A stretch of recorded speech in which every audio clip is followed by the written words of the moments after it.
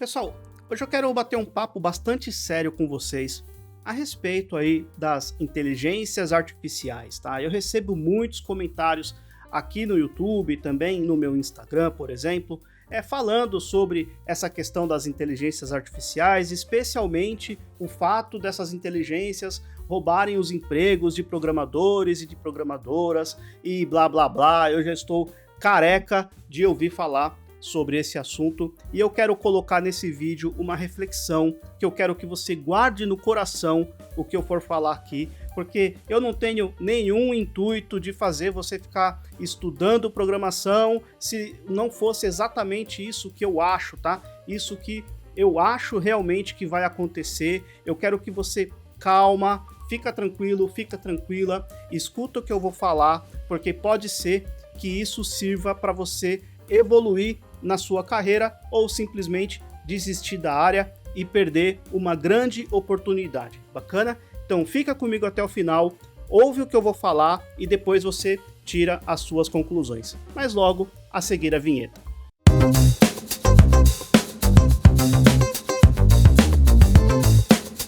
Olá pessoal, tudo bom? Meu nome é Daniel Tapias, você está no canal da Serlivre.com, onde eu falo de tecnologia web e carreira, especialmente para quem está começando na área. Não tive muito tempo para preparar roteiro, nem para preparar cenário. Aqui, aquela estante que fica normalmente atrás de mim, está uma verdadeira bagunça, por isso eu coloquei aqui de costa para a cortina. Espero que você não se importe com isso, porque o foco realmente aqui é no conteúdo. Inclusive, eu acho que esse vai ser o vídeo menos editado possível, porque eu quero ter realmente um bate-papo contigo, tá? Eu não preparei nenhum roteiro, eu não separei em tópicos do que eu vou falar, vai ser coisas que vão aparecendo aqui na minha cabeça e vamos ver o que vai sair daí, tá bom?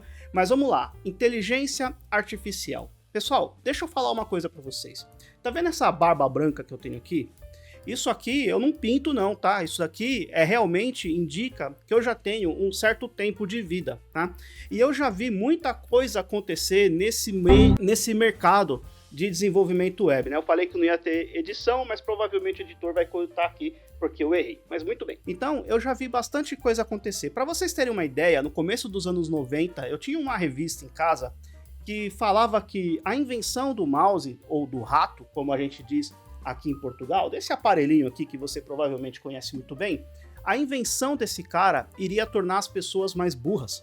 Por quê? Porque antigamente, para você interagir com a máquina, interagir com o computador, você precisava digitar comandos, né? Na época era o DOS, o sistema operacional era o DOS. Então, para você executar um comando, por exemplo, para você executar um programa, melhor dizendo, você precisaria entrar no diretório, acessar o diretório via linha de comando, e depois executar lá o código. Para você criar um arquivo, deletar um arquivo, tudo era feito com base em digitação. Você digitava códigos e interagia com a máquina. Bacana? E obviamente o mouse veio para facilitar a nossa vida, certo? Você consegue interagir com o sistema operacional muito mais facilmente utilizando o mouse e não mais precisando digitar código. E para você ter uma ideia, naquela época, algumas revistas, na verdade eu vi uma revista com uma matéria dizendo que as pessoas iam se tornar burras simplesmente por conta do mouse. É óbvio que eu não estou aqui colocando na mesma balança a invenção do mouse com a invenção da inteligência artificial.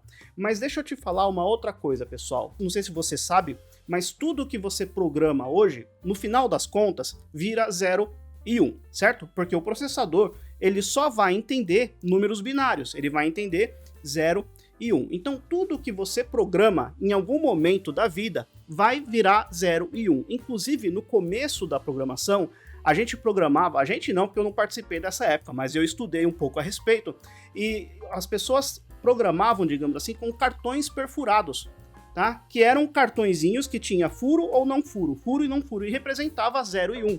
Por exemplo, CD, né? Quando a gente tinha aí CD para gravar, por exemplo, há muito tempo atrás, a gente costumava guardar arquivos dessa forma, colocava o CD no computador e pedia para ele gravar. Existia até uma tecnologia muito bacana na época, que era o CD regravável. Pasmem vocês, você gravava algo num CD e podia gravar de novo. Meu, absurdamente fantástico. Mas como que era gravado os arquivos no CD? O leitorzinho do CD, o que ele fazia? Ele queimava ou não queimava a mídia. Então ele queimava, não queimava, não queimava, não queimava, queimava, e por aí vai. Então, cada pontinho desse do CD era representado, ou melhor, representava um 0 e um 1. Tudo isso vai virar linguagem de máquina, código binário. Bacana, pessoal? Então, antigamente, as linguagens eram o que a gente chamava aí de linguagem de baixo nível, por exemplo. O que é uma linguagem de baixo nível? É uma linguagem mais próxima ao processador, tá? Ou seja, para você programar, primeiro que sim, dava para programar com zeros e uns, né? Eu nem me lembro mais o nome da linguagem, mas enfim, isso não vem ao caso agora. Mas existiam algumas linguagens de baixo nível que eram comandos extremamente complexos, tá? Eu vou colocar na tela para você ver um exemplo de um código que simplesmente vai fazer um print ou mostrar na tela um Hello World. Então olha só, esse código aqui é um código que vai mostrar na tela o Hello World escrito em Assembly, que é uma linguagem de baixo nível, ok? Já as linguagens de alto nível são as linguagens mais próximas ao usuário ou ao programador, à programadora, bacana? Isso significa que você consegue escrever de uma forma mais intuitiva, mais parecida com a forma que nós, seres humanos, falamos ou damos comandos à máquina. É mais próximo à linguagem falada, bacana? Para você ter uma ideia, o mesmo exemplo que eu acabei de mostrar em Assembly, agora eu vou colocar na tela o mesmo exemplo em Python, que é uma linguagem de alto nível, ou seja, está mais afastada do processador e mais próximo a quem programa. Bacana, pessoal? Então, você imagina, na época, o que aqueles programadores que programavam, por exemplo, em Assembly, sentiram quando começaram a surgir linguagens de alto nível, como, por exemplo, o C++, por exemplo, tá? Ou até mesmo Java, enfim. Quando começaram a surgir essas linguagens, muito provavelmente, aqueles programadores da época também ficaram com medo de perder seus empregos, tá? Por quê? Porque antigamente, para você escrever um simples Hello World, por exemplo, numa linguagem de baixo nível, você tinha uma série de comandos que você precisava digitar. Já numa linguagem de alto nível, bastava um único comando, ou seja, você iria aumentar a produtividade. O que eu acho que eles imaginaram? Olha, se vai aumentar a produtividade, vai precisar de menos programador. E aqui existe um argumento, né? As pessoas costumam falar muito isso. Bom, se a inteligência artificial vai fazer com que as pessoas produzam mais, logicamente vão precisar de menos programadores. E aqui eu quero que você reflita sobre isso que eu vou falar agora. Será que as empresas vão procurar menos profissionais ou elas vão procurar produzir mais? Porque pensa o seguinte, você tem uma empresa que fabrica, sei lá, qualquer produto, ok? Você tem uma empresa que fabrica qualquer produto. Então digamos que você tenha lá 10 pessoas que programam para você, que programam na sua empresa. Quando novas ferramentas surgem para aumentar a produtividade dessas pessoas, você tem a opção de mandar metade embora, certo? Você poderia mandar 5 pessoas embora e continuar produzindo a mesma coisa que você produzia antes. Isso é fato, pode acontecer. Porém, o seu concorrente teve uma ideia diferente da sua. Ao invés dele diminuir o pessoal que trabalha com ele, ele vai aumentar a produtividade, ou seja, ao invés de produzir X produtos, ele vai produzir X2 produtos. Ele vai dobrar a sua produtividade. Imagina que é, por exemplo, um streaming, por exemplo, ok? Hoje nós temos várias concorrentes de streaming, certo? Temos Netflix, Disney Plus, HBO e por aí vai. Imagina que uma empresa para no tempo e continua desenvolvendo a mesma coisa, continua produzindo a mesma coisa, as novas features e tudo mais. A outra não. A outra pensou o seguinte, eu vou produzir mais, eu vou fazer mais features, eu vou melhorar meu produto, eu vou desenvolver mais coisa com o mesmo número de profissional trabalhando para mim. Olha como isso vai aumentar o número de coisas que vão ser produzidas.